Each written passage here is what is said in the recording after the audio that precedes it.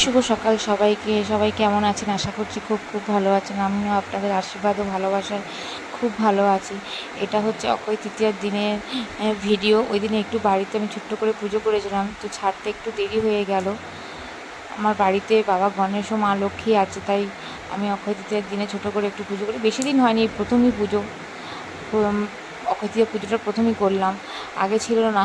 বাবা গণেশ মা লক্ষ্মী আমি তারপরে নিয়ে এসে প্রতিষ্ঠা করেছিলাম, তাই এবছর প্রথম আমি অক্ষয় তৃতীয়া করলাম। মাকে স্নান করিয়ে নতুন কাপড় পরিয়ে সিংহাসনে বসে দিলাম। এদিকে আমার মেয়ে আলপনা করেছিল, আলপনা করে কমপ্লিট করে দিল। পুজোটা করতে একটু রাত হয়ে গিয়েছিল।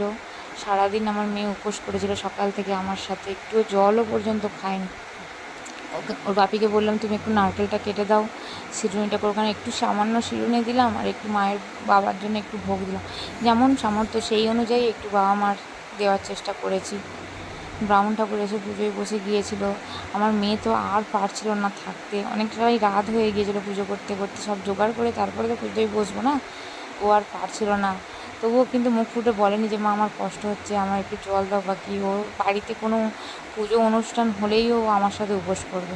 লক্ষ্মী পুজোর সময় এরকম সারা রাত সারাদিন ধরে উপোস করে থাকে। একবারও বলবো না যে জল খাবো। বাড়িতে কিছু অনুষ্ঠান হলেই, পুজো পুজো যদি হয়, ও উপোস করে সারাক্ষণ বসে থাকে।